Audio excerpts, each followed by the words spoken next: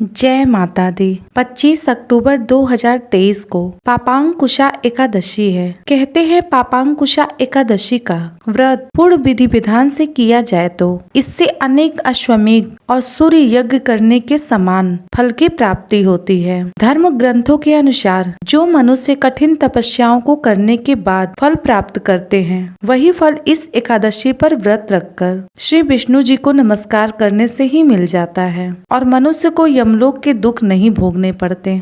हिंदू धर्म में एकादशी तिथि को बहुत ही महत्वपूर्ण माना गया है। एकादशी व्रत भगवान विष्णु को समर्पित है। अश्विन मास के शुक्ल पक्ष की एकादशी को पापांकुशा एकादशी कहा जाता है। पापांकुशा एकादशी पूजा विधि: एकादशी वाले दिन सुबह जल्दी उठकर स्नानादि से निवृत्त हो जाएं, घर के मंदिर में दीप प्रज्वलित करें और भगवान विष्णु को गंगा जल से अभिषेक करें। भगवान विष्णु को पुष्प और तुलसी दल अर्पित करें। अगर संभव हो तो इस दिन व्रत भी रखें। भगवान की आरती करें, भगवान को भोग लगाएं।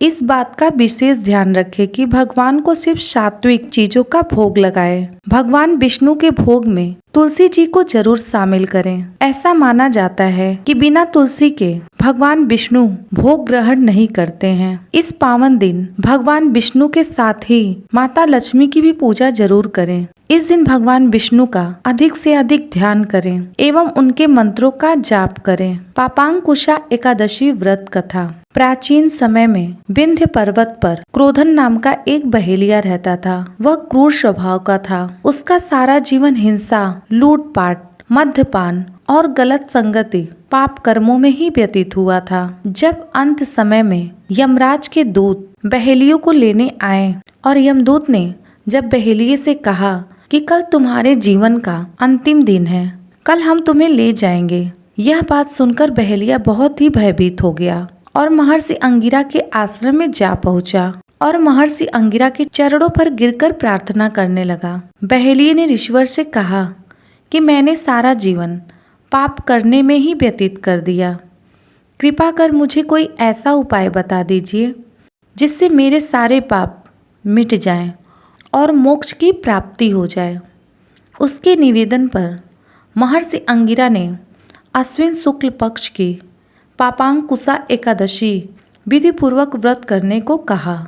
महर्षि अंगिरा के कहे के अनुसार उस बहेलिये ने यह व्रत किया और पूरे विधि विधान से किया। इस व्रत के करने से उसके किए गए सारे पापों से छुटकारा पा लिया और इस व्रत के पूजन के बल से भगवान की कृपा से वह विष्णु लोक को गया। जब यमराज के दूत ने इस चमत्कार को देखा तो वो बहेलिये को बिना लिए ही यमलोक वापस लौट गए। यह थी पापांकुशा एकादशी व्रत की कथा। इस व्रत को करने से मनुष्य के सभी पापों से छुटकारा मिल जाता है और उसे मोक्ष की प्राप्ति होती है। इस व्रत को कहने और सुनने वाले को शुभ फल की प्राप्ति होती है। अगर वीडियो अच्छी लगी हो तो वीडियो को लाइक करें, शेयर करें और ऐसी ही ज्ञानवर्धक जानकारी को समय समय पर प्राप्त करने के लिए चैनल को सब्सक्राइब करें।